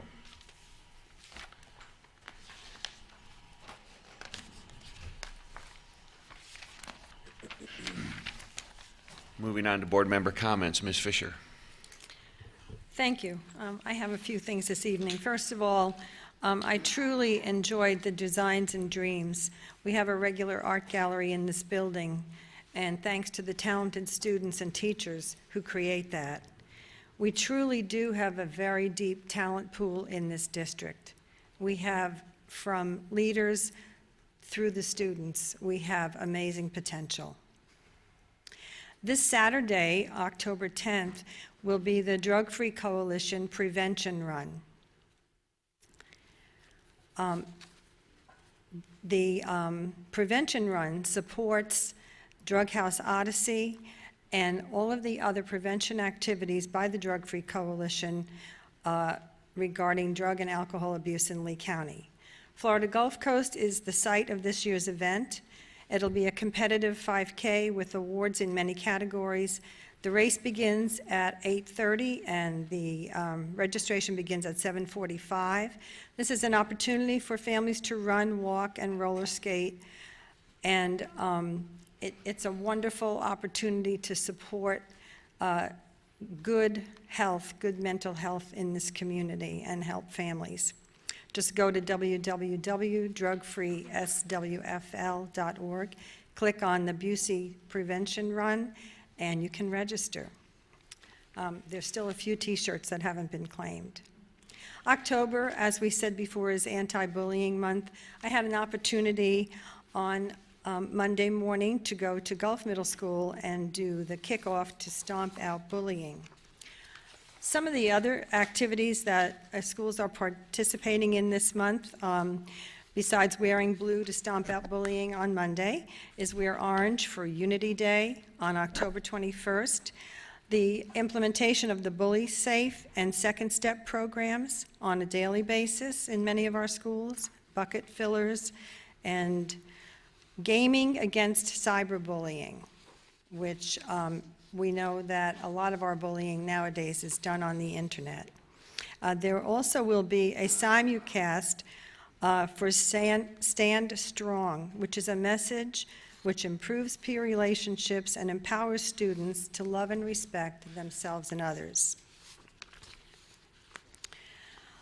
This is also Mental Health Illness Awareness Week.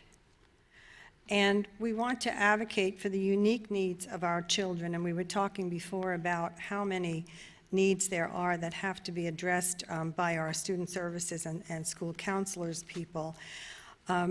We have early intervention through anti-bullying and suicide prevention programs. Our local law enforcement are also trained on best practices when encountering individuals in a mental health crisis. Some ways that you can take action are learn about mental health, educate yourself and others, strive to listen and understand, tell your story, help others to find courage and strength, and spread the word, make a difference. Everyone has a right to be respected. I want to thank the Rotary for the dictionary distribution across the district to third graders. And I'm very happy tonight that we have the approval of the Learning for Life grant, a character ed and career preparation program which has been serving this district at no cost to us for right up to 20 years now, I think it is this year, right, Tina? And I want to thank Tina for coming and speaking about it. Many kids are helped, they enjoy the activities, and it has made a difference in the behavior and the acquisition of work and career skills in our students. I have a report from the School Health Advisory Committee.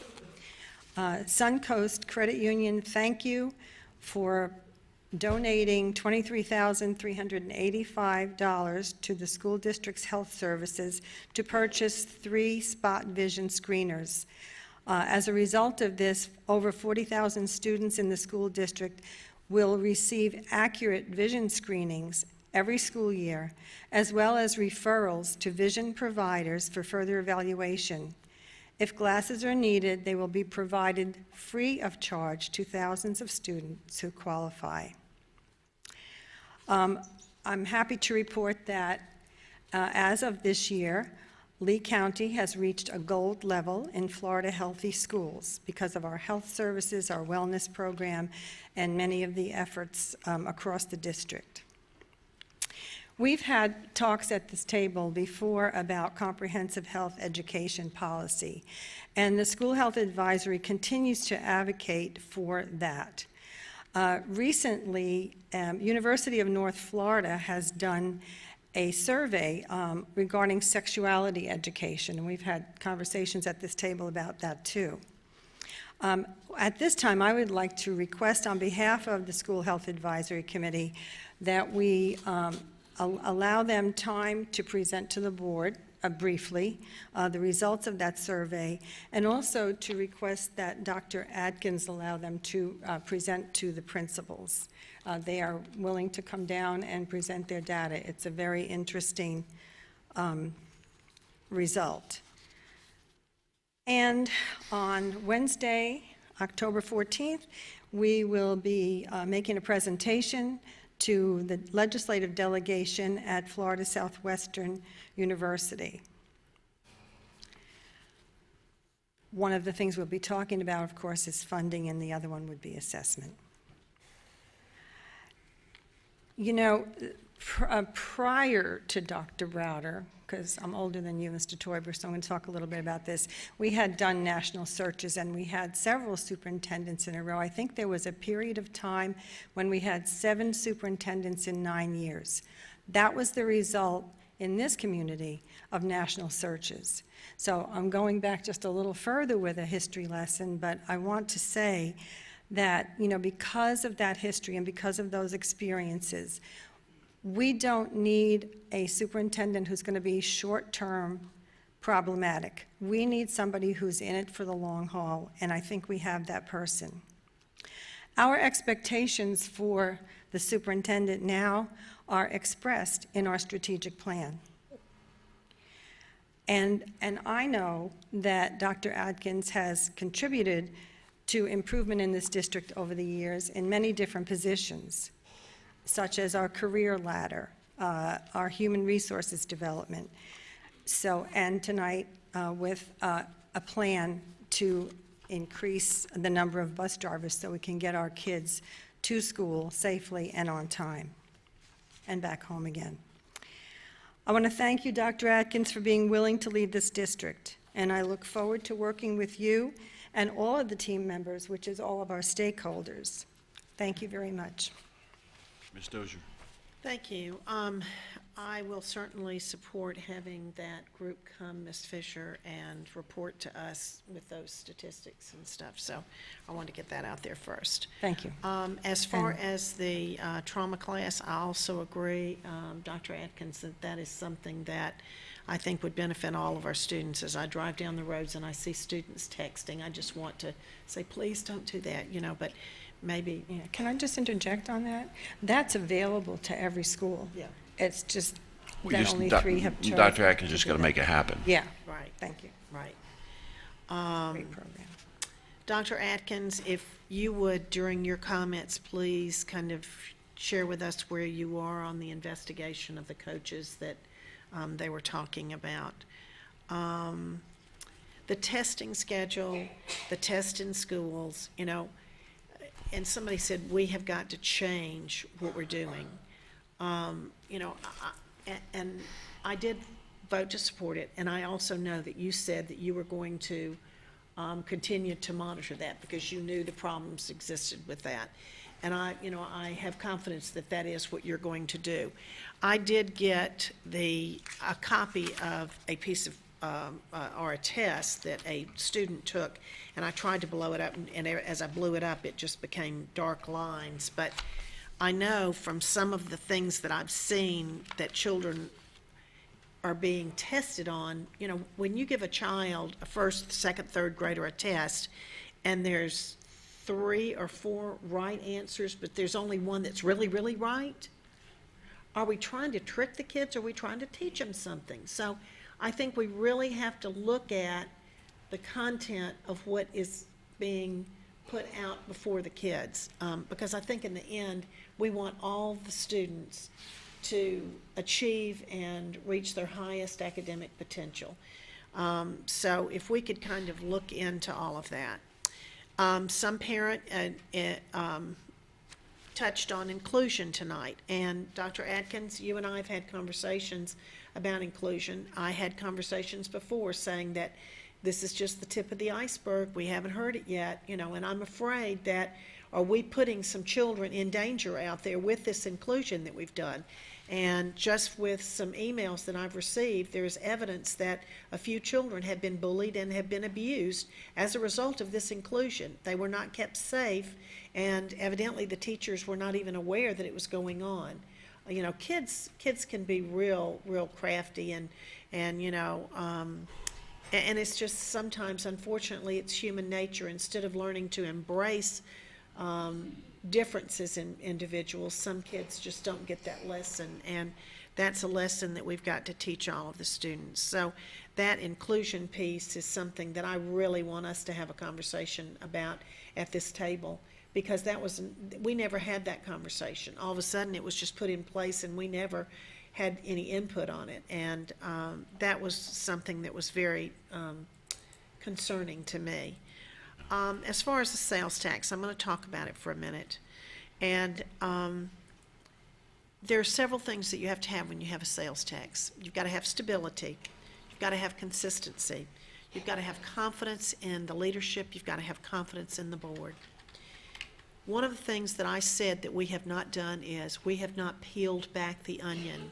And when I'm talking about peeling back the onion, I'm talking about we have not looked at all programs. We have not looked at all positions.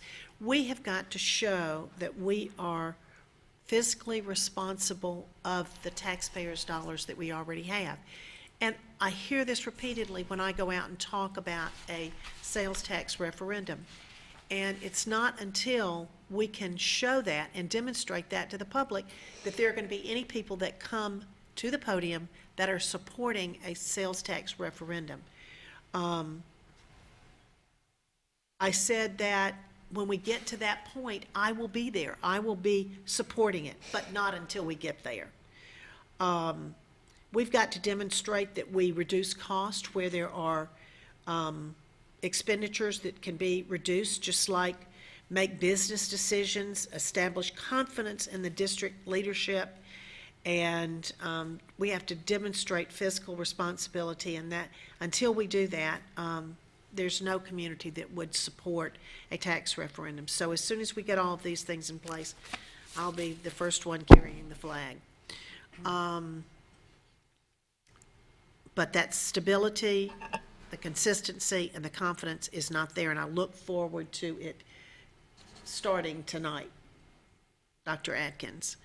I want to thank you for the biliteracy recommendation that came forth tonight so that our students in high school will now be able to be recognized as high school graduates attaining a high level of competency in a world language.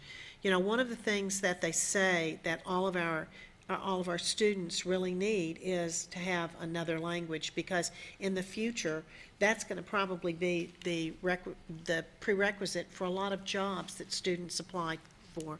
So I appreciate the fact that you brought this forward this evening. Also, the business decision that you made about the bus transportation issue, I'm not going to dwell on it, but I'm just going to say thank you for making that business decision and bringing that forward. Dr. Atkins, I want to congratulate you. I think that it's very clear what our expectation is, and our expectation in your leadership is that we expect a leadership demonstration that will result in a safe and orderly environment for students and all students achieving their highest academic potential. I think that's a definition of what the expectation is. And I think if you comply with all of that, I don't think it'll be, I like you. I don't think it'll be, I think he's really a nice person, but instead it is an expectation.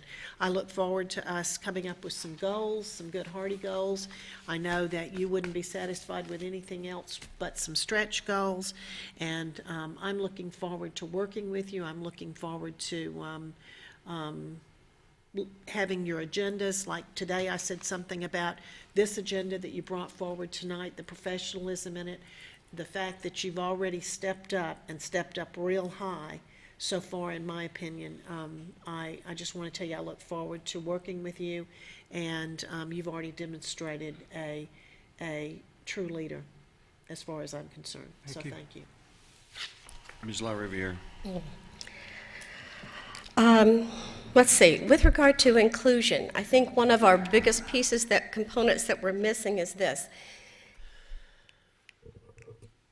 As those IEPs are being written and kids are transferred, if you've got a fifth grader and the IEP is being written for the next year in middle school, that's where a big disconnect happens, because an IEP may be to move that child into more classrooms rather than having more time allotted where they're in a self-contained.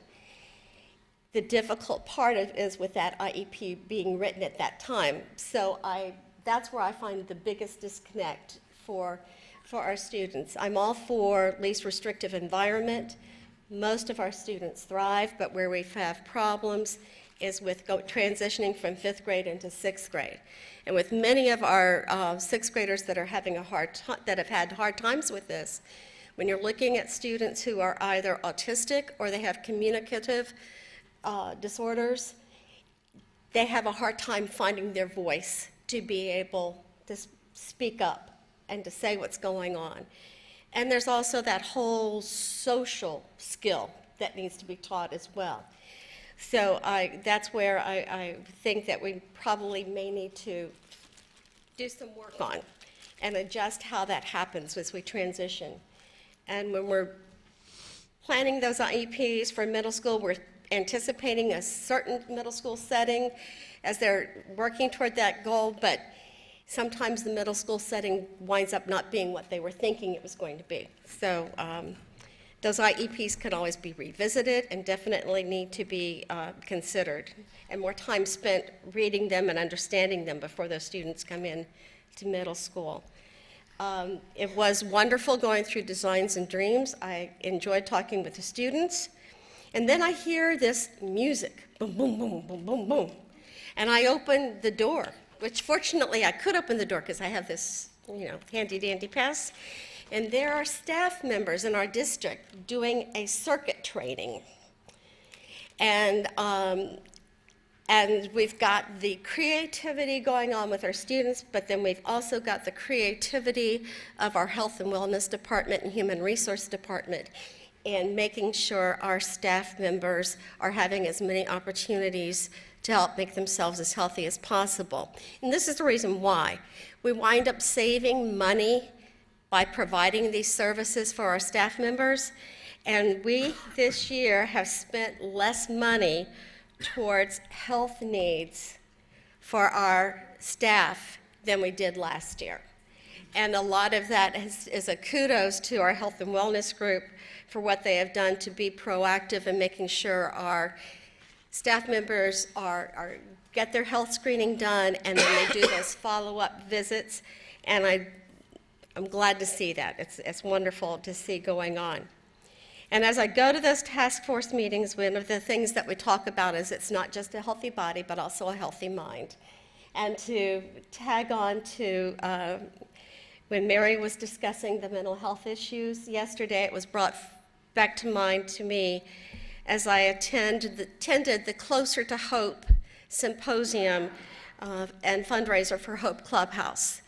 I had the privilege of listening to Jenny Close speak, and Jenny is the sister of actress Glenn Close. And she shared her struggles with mental illness and the fact that she is bipolar, and she also struggles with bipolar and addiction issues, and shared the story of what it was like going through her life.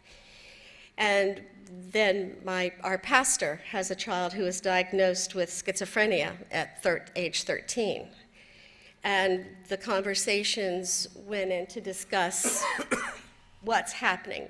And most of those mental health problems do not begin to truly exhibit themselves in a very large manner, so we actually realize and go, oh, there really is something wrong here, until they are in their teenage years or young adult years.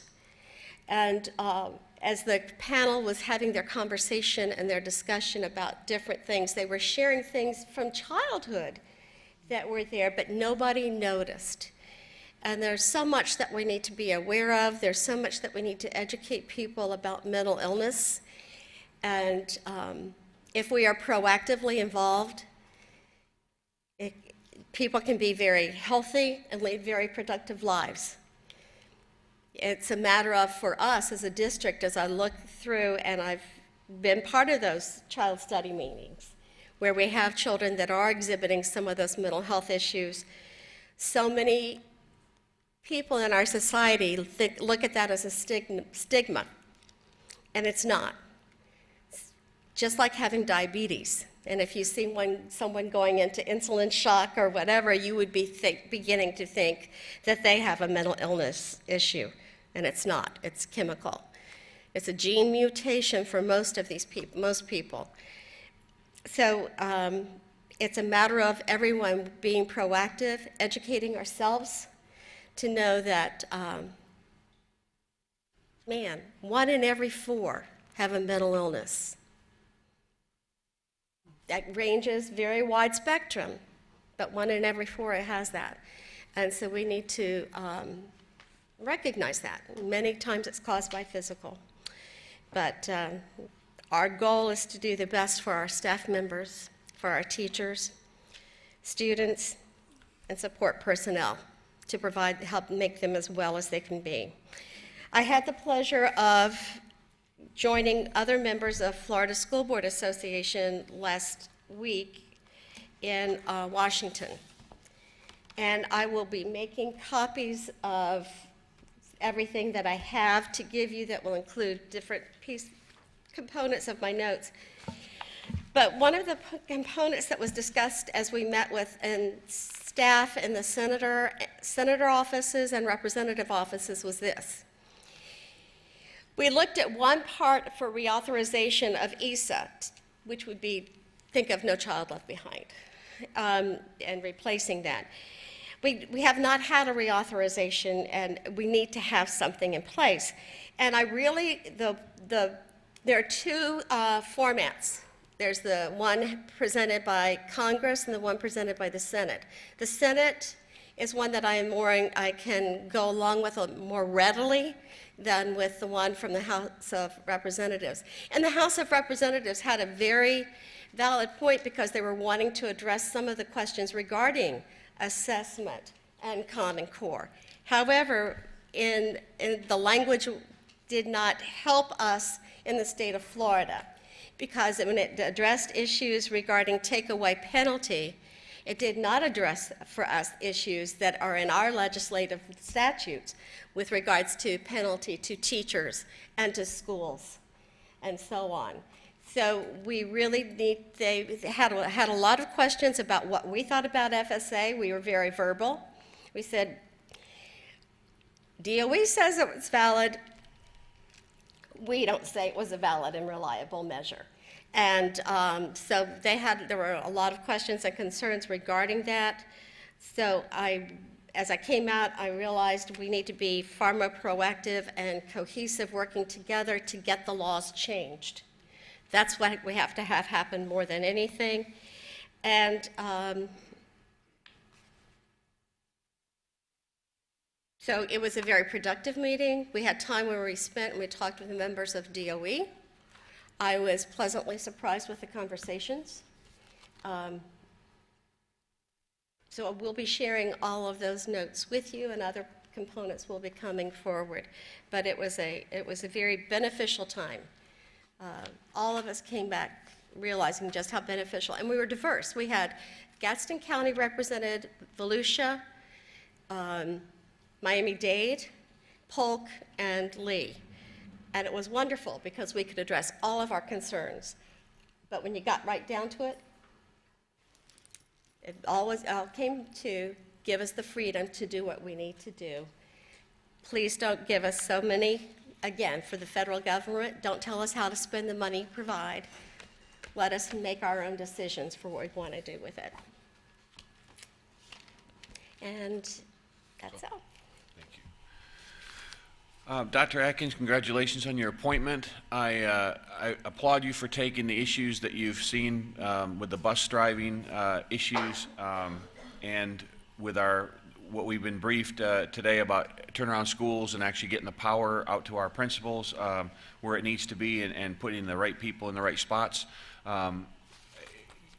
You're in a position now, I think, where you have to do a lot of things that you have to fix. And if you learned by today, one of the biggest issues that our community has is testing, how our kids are being tested, the frequency, and the information that doesn't seem to be going both ways. So, I think this board has spoken that you need to get on top of that quickly and in a big way.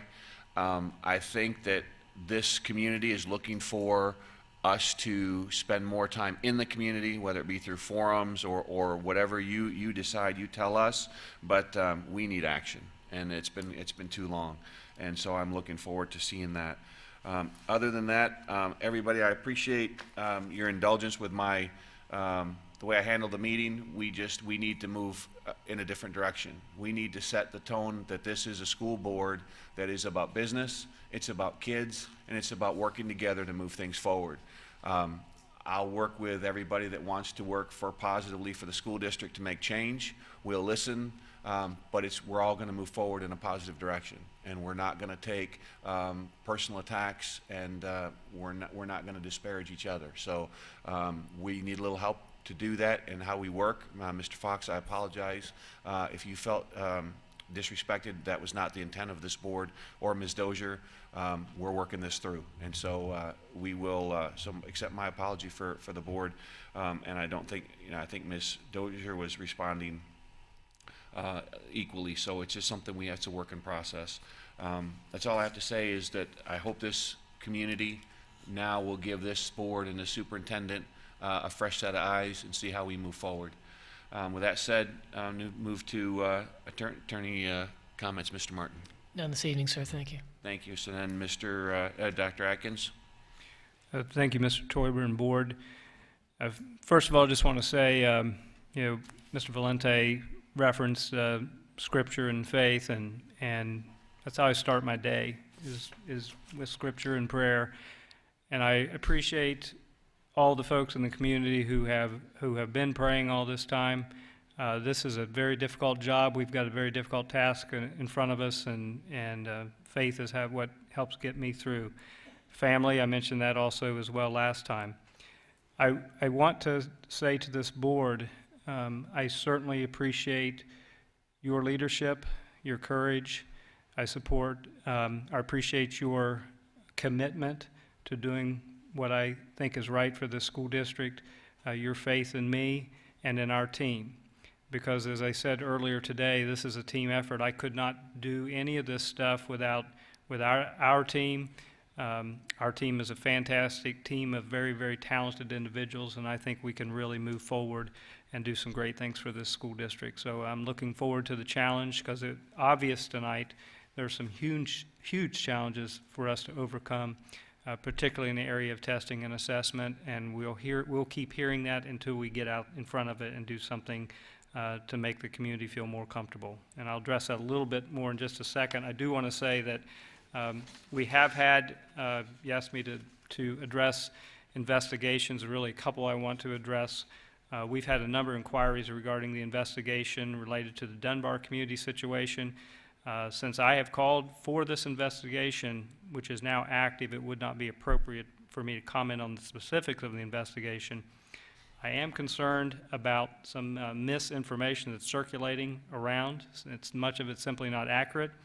So I would really ask for the community's patience as we work through the situation, because I believe we have the same desire in mind, and that's to, I understand the importance of transparency, accountability, restoring the public faith, and you have to do a thorough job to do that. So I'm committed to do that, but I am simply asking for patience as we move forward.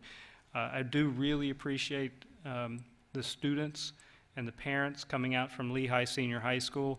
My heart certainly goes out to them, and I really,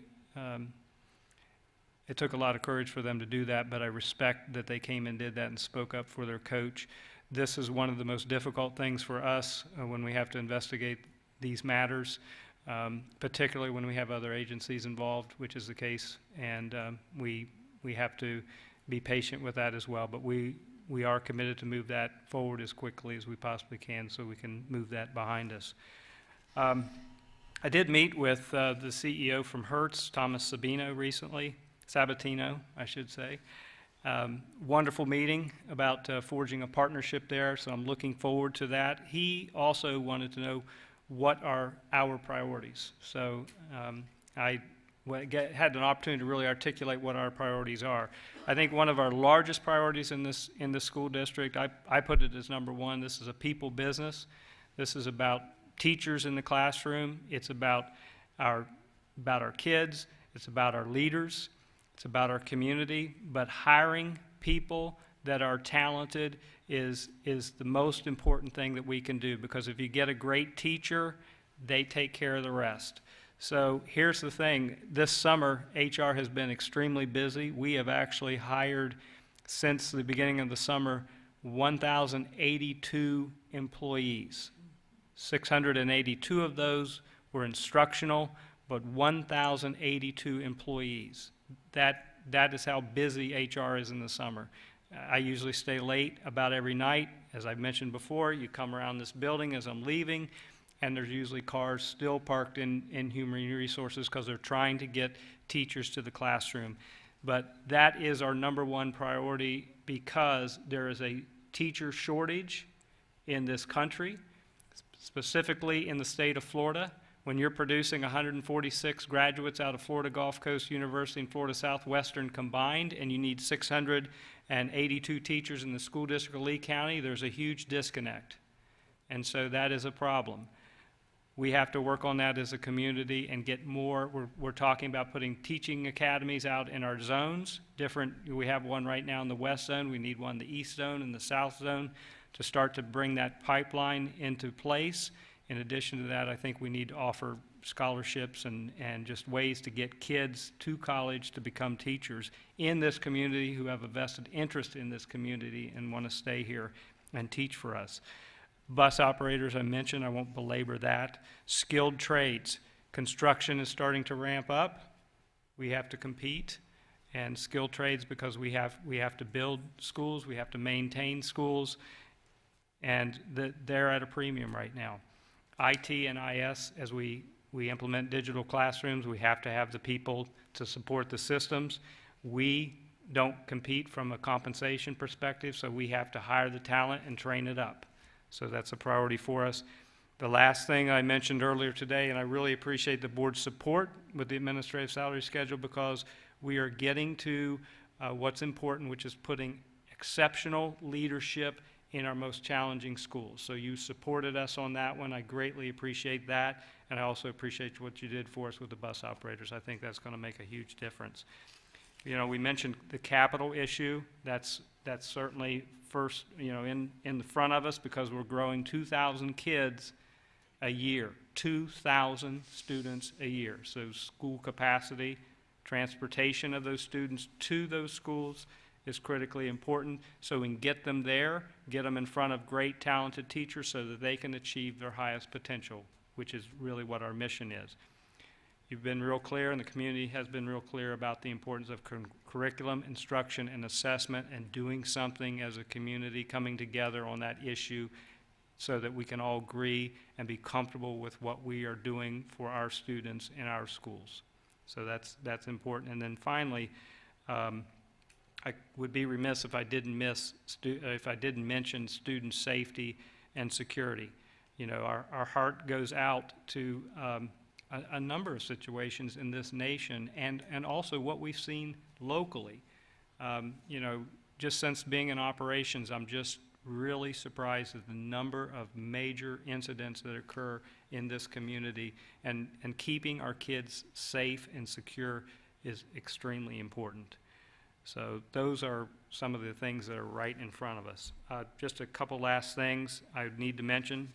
6 of our high schools, Ida Baker, Island Coast, Mariner, North, Oasis, and South, will be competing in the JROTC National Raider Challenge November 7th and 8th in Georgia. So, you know, we have that extremely large and successful JROTC program in our district, so just thought I'd mention that. Earlier I mentioned attending Dictionary Day. That was a wonderful event. If anybody, if you get a chance to participate in that, please do. I mean, it's really lots of fun to go out with a bunch of energetic third graders. I wish I had that energy because they were so excited to get those dictionaries. But that was just a lot of fun. I do want to mention inclusion, that you know, one of the things that I remember going out and meeting with TALC, with Dr. Graham, I think about a year ago, and that was the number one issue, was inclusion, concerns that teachers had about inclusion. So, you know, we have that message. I'll be working with Dr. Carlin on that issue because we certainly want our teachers to be prepared well for our students as they coming into classrooms as we're implementing inclusion, but we need to do it at a speed that's manageable so that, you know, we're all on the same page. Biliteracy, I'm excited about that as well. I wish that I had been able to take something besides Latin when I was in school, you know. But if you haven't been out to Tice, that is a really cool place. I mean, it is really neat. That dual language program, it really is exceptional. And so I was in the East Zone as that was kind of coming to fruition. So I was really, just excited to be a little bit a part of that. But and then we went and toured some other schools, and I want to say Polk County, I believe, a little bit north of us, and the success that those schools were having as a result of the dual language program was remarkable. So I'm really excited to see us moving forward in that area. That really concludes my comments, except to say again, it's an absolute honor, and I'm looking forward to the challenge of working with all of you all as we move the district to new heights. Thank you, Dr. Atkins. Our next scheduled meeting of the board is on October 16th. There's a school board workshop starting at 12 p.m. And then on October 17th, the school board workshop will reconvene at 9 a.m. and go until 5 p.m. On October 20th, there's a school board workshop at 2 p.m., as well as the school board action meeting will be at 6 p.m. At this point, having no more business to come before this body, I'll entertain a motion for adjournment. Second. Moved by Ms. Fisher, seconded by Ms. Dozier. All those in favor? Aye. This meeting is adjourned. Thank you.